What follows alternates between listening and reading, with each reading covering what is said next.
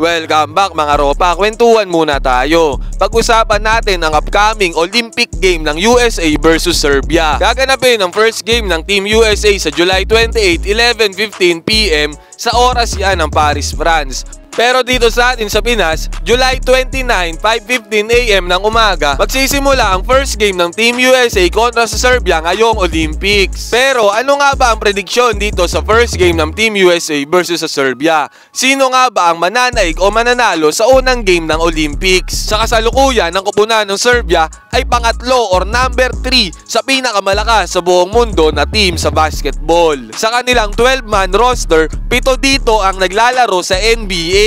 At pinangungunahan yan syempre ni Nikola Jokic na naging MVP at NBA champion. Back up to Micic, wants it back, one-on-one with Wembanyama. Isolation.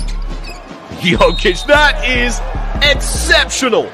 Samantalang ang Team USA naman ang pinakamalakas o number 1 ranking sa buong mundo. Ang kanilang 12-man roster ay lahat naglalaro sa NBA at halos lahat star player ng kanilang team.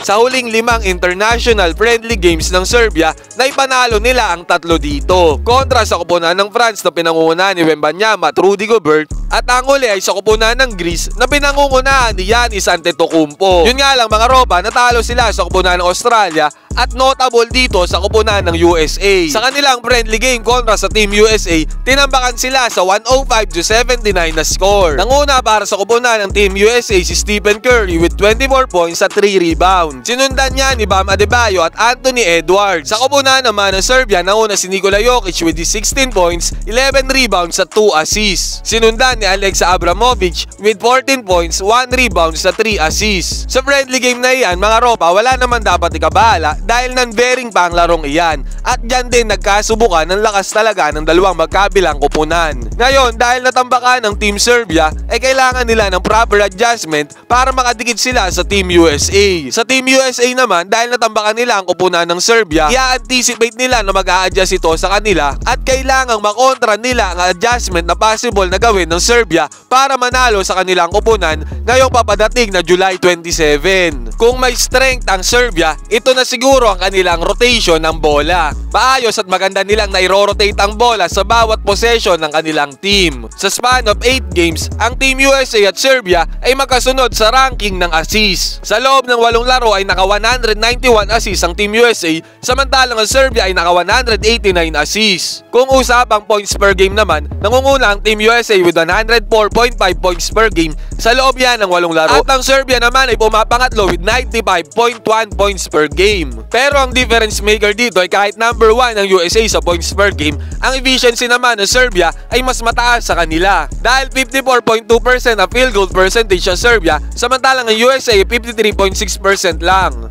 At bukod pa dyan, in terms of 3-point shooting, nanguna ang USA with 40% of 3-point shooting, samantalang ang Serbia ay 37%.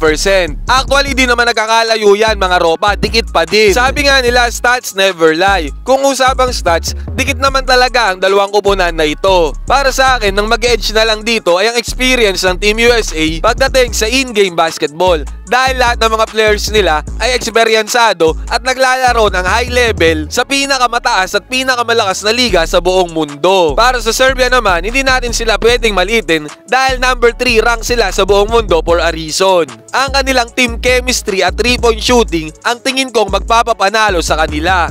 Ngayon mga ropa, ano sa tingin nyo? Sino ang mananalo sa first Olympic basketball game ng Team USA versus sa Serbia? Pwede kayong mag-comment dyan sa baba, magkwentuhan tayo.